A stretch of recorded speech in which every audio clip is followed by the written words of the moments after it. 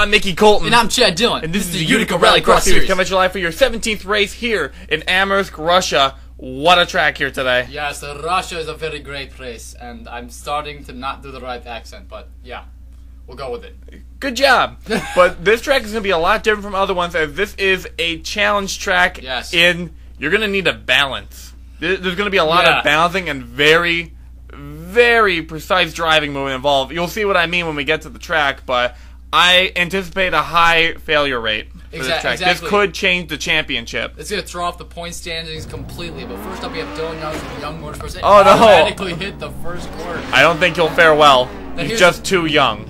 He is way too young, yes, you're completely right. But here, this is the way it works. You have a very, very small margin of turn radius. And, look at this, and these elevation changes are killer! Oh, and he's out. He's already out. Now, if you fall off the beam, you're instantly out of the event, yes, whether or not you land on your wheels or not, so you can't get back on top of it. There's a DNF for him as the Black Mamba. Matt Evans is on track. Now, that's the thing is, Matt Evans got to at least place farther if he falls off. Because I have a feeling a lot of people aren't going to finish. So no! Gets turned around, and this is only the first segment of 3. So just to show you the challenge we have today, a DNF for the Black Mamba. Yes. This is going to hurt his championship chances. Next up is Beatty in the house, and Beatty in the house. Beatty in the house. Yo, Beatty. So Thomas Beatty, car number 9 on track, and car number 9. How did he survive that? Oh my God! Excellent driving by Thomas Beatty. But now you'll see the rest of the course. Hopefully, if he can make it to the end. Hopefully. And here he goes. He gets past that checkpoint. Now we're in segment number 2. Look at that! You have to just edge around this corner. Can't really be fast on this race event, anyways. The goal is really just to finish. The goal is not to really be fast. Oh man, he's been right on the verge of falling off so many times. Yes. But he's been keeping it strong. But yeah, not a track of speed, but a track of precision. They wanted to test the drivers in a way that no one has tested them yet. No, he's stuck. Oh, Thomas Beatty at the top of the jump. No! Oh, not enough speed, ironically, when we said take it easy, and he falls right into the river. So Thomas Beatty out, but he's currently in first place since he's made it the first long track. Now he's the driver that everyone's going to be watching, Adam Dunlap. Yes, Adam Dunlap hoping to do very well. I mean, he's got a lot of people right on his shoulder, but he's still got a very commanding lead. He just got to get a good placement here, at least top 10, to really keep himself consistent. And whoa! Very clutch. And that's why he is the points leader. Adam Dunlap, excellent save there as he works his way onto segment number 2. Now, he just needs to get past that jump into that checkpoint, as you can see, and he will be the leader. Now give him an extra bonus point. Oh, and he's out. Spoke too soon, as Dunlap is off track, and he is out of the event as well. But a very good effort from Adam Dunlap. He had a lot of speed. Yeah, second place. Yeah. Next up, William Duncan for Team Thunder. Now, William Duncan, Thunder striking. But, That's the aftermath? yeah, that goes. But, William Duncan, a great driver, Utica Home Track Series champion. A little caught up on that section of the course. Oh, he's flying up this hill right here. Duncan, a lot of good effort going on right now. Yep, as he continues through section number 2, he's closing in on the race lead. Now again, he doesn't even have to finish this race to get the lead. He just needs to beat Beatty. Exactly. Who made it in through almost to the end of section 2. And right now he's on track to beat him. As long as he can get more momentum off this incline. Yep, he's got hung up a little bit, but yep, he's got it. He currently has the lead. Now here's the third segment. It's relatively simple compared to the other ones. It's just a straight line, but he does have to make a crossover move onto the finish line. If it's not ground level, he gets it. He does it. He's going to be the first to complete the event tonight with a 54.28. That was actually a very good time nonetheless. Now next up is Tyler Benoit looking to do very well. He needs to get ahead of, he's got to get past Adam Dunlap. He doesn't need to finish, he's just got to get past him, but finishing would really help him in the points right now. Yeah, he's one of the drivers we need to watch, and if he finishes worse than him, this could be too late. No! And that's going to kill Benoit, as Dunlap is going to get a lead on him, as Dunlap is 3rd, Benoit 4th. Now Matt Dool is another driver that needs to worry about. All of our championship competitors going up early today, it would seem. I got many letters from the Matt Dool fans about my dork horse comments. Yeah. Oh yeah. I can see that. Yeah. I mean, you usually get all the hate mail because you're racially insensitive. Hold on, Matt Dool is stuck. Oh no, this could be bad for Matt Dool. He didn't have enough speed. See, the issue is he only has 2 tires on the racetrack, and the other 2 are leaning off to the side. So turning is not going to do anything. He can't get any momentum to try unless he can get that right tire to get a little bit of touch, a little bit of pressure on the the beam itself. It would seem that only one tire is turning, and it's not on the road. Exactly. So this is kind of a precarious situation for Duel. He's slowly slipping off, and Duel is done. It's going to be ahead of Benoit, however, I think. Which will give him a little bit higher in the points, but... That's going to hurt Benoit as Skylar Dixon, car number 6, on track. Now he's running a couple races as the apprentice to Nick Pericles. They haven't changed the name on the back, because Pericles does plan on coming back for race 19. So Skylar Dixon in it for this race and the next event in Japan. Yes, he is. And Skylar Dixon, he did very good last week. You know, he had a very good run. And whoa! What's he doing? He's actually going to skip that segment, and that is a legal maneuver because he did not miss a checkpoint and he did not fall off the track. Look at this. And the fastest time goes to Skylar Dixon, a 33.97. Basically, he just cheated the entire course. I mean, now, yes, he did. Yeah. He definitely did cheat, but legally. Yeah, he did cheat legally.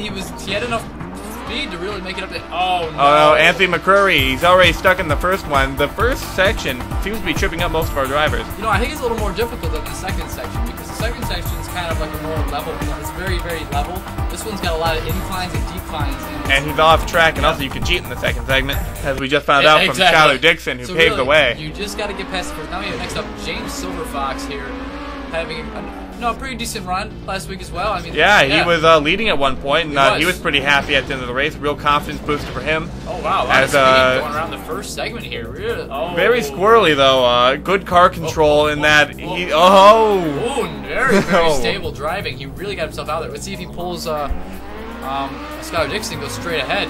Was he going to do it? And he does stay on. You just got to make this ending segment here. Skylar Dixon and Silverfox both runs. Oh no, we turned too soon! Oh man, James Silverfox so close, but he is out of the event. What a shame. Basically, I think. But hey, third place for him is not bad. I know, but basically, he's gonna make probably the top of the DNFs out of this race. You know what I mean? Yes, as Cassandra Renzi, car number 22, the other rookie driver, filling in for Alex Tanker, used to drive that machine. So Cassandra Renzi, the new driver, the Cream Machine. Missed the Cream Machine of Alex Tanker, but I like the Cassandra. I like this new driver. Whoa! Almost off track on the side. There's no wall over there. But Renzi having a great time. Can she finish the race, or will she pull a Silverfox? No, she makes it through. She finishes it a 30.57. That's the top time for the rookie. Wow. Excellent skill for a driver that's only in her second race. Now it's time for the biggest disappointment in the league, John Citadino. Yes. If he can make it past the first thing. Which I don't think No, he's done. He's done. Oh, man. Yep, he's done. Again, what a loser. Am I right? You are definitely right there. Now we have He should probably just jump in a canal. Yeah, he should. Now we got Let's Go. John Lasco. Yes. Currently on track, the French sensation. Whoa. No! He just got a little airtime. A little too eager. He lands on his wheels, and it looks like he's trying to get... Wait, what's going on here? Whoa! Oh, I guess he just wanted to wreck his car. He was kind of pissed. I don't know. No, we're actually getting word that his throttle hung when he hit the ground there. Oh, wow, really? He had no control over the gas, so that was scary for him, but at least he's all right. They fish him out of the Delta. Oh, man. Now we got Alex DeMarco here. Looking good so far. As long as you got past the first section, now if you can just take a nice straightaway with a lot of speed, you will get the time. No. I don't know how he did that, but Alex DeMarco, he's in the infield. I think he's trapped there. He's gonna wait for a crane to take him out. Yep. As Chris Washer for Washer Duda Racing is up, car number 10. Yeah, again, he's been doing he's been a very consistent driver ever since Jake Williams left. I mean, he's very impressed me, for a rookie in this series. But I mean, nothing compared to the person that drove this car before. Yeah, still a little lower in points, Chris Washer, but definitely trying to improve. But also trying to help with Utica Home Check Series run. Yes, and can he make it over? No, not fast enough to make the jump, and it looks like he's going to land over here. What's he? He's still driving. I don't know what he's trying to do. I think he's trying to jump the lake. I don't know. I'm not sure. The camera cut away too soon. But Stephen Carter, car number 4 for Musical Motorsports. What a story this season. Yeah, exactly. Stephen Carter, when he came into this series, we didn't really know what to expect from him. But when he came in like a rocket. I mean, he really showed us that these rookies really have a lot of potential. Yeah, I mean, he was in here as just a development driver, just to make sure that he's ready for Utica Home Check Series competition. He did far better. Yeah. Did far better than what they were expecting. But if he can keep this going here, he will make it top 5. he will. Yep, he finishes with a 33.98. Oh, just barely missed Skylar Dixon's time. Exactly. Now we got Colin Bartel here, the multiple winner man. But again, Colin Bartel, if he didn't have that rough start to the season. And right there, as Colin Bartel is, well, at least he's on his wheels. And what is he doing? He's actually on the off-ramp. That's how the drivers can get back onto the racetrack. This leads all the way back to the garage area and starting line. This looks like a better racetrack than the actual friggin' time run. Wow. And next up is Joshua Michaels, car number 13. I think our tech guy didn't know the name of the person, but whatever. Oh, and Joshua Michaels in his final start of the season is going to go off. We were going to talk a little more about him because they did have some news stories going into it, but it looks like I think he just drove himself into the lake. I think he just. I don't know why RGE Motorsports doesn't have many cars left. I think he just was mad he wasn't in Japan. I think yeah, that was really that's what next it was. week though. Ray Tactical will be in it. Though. Now we got my man Richard the Shaft Johnson up to bat. Now here's the thing: he's not used to riding along, thin, long. Yeah, I mean, he needs it wide and open for him. Yeah, exactly. But, he's going to flounder. Somehow he was driving and that car limp on the ground. Yes, it is. Man, good thing he didn't fall in that cold water. No, that would have been really bad for him. His whole career would have just shrunk right up. Yeah, just shriveled. Yeah, exactly. But, next up, Alex May, car number 23. You know why Alex May is just so hilarious in the garage area. Always telling jokes, but, Alex May, in last week, had an amazing run. Really impressed me. Almost won his first career race, and Seth Cole, his boss, said he was very proud of him, but not proud of that, as he overshoots the turn and falls off track in car number 23, and he reversed into the water. I think they have report that he just didn't realize what space he was in. Yeah, exactly. He just thought he could back up and just kind of reset himself, but apparently not.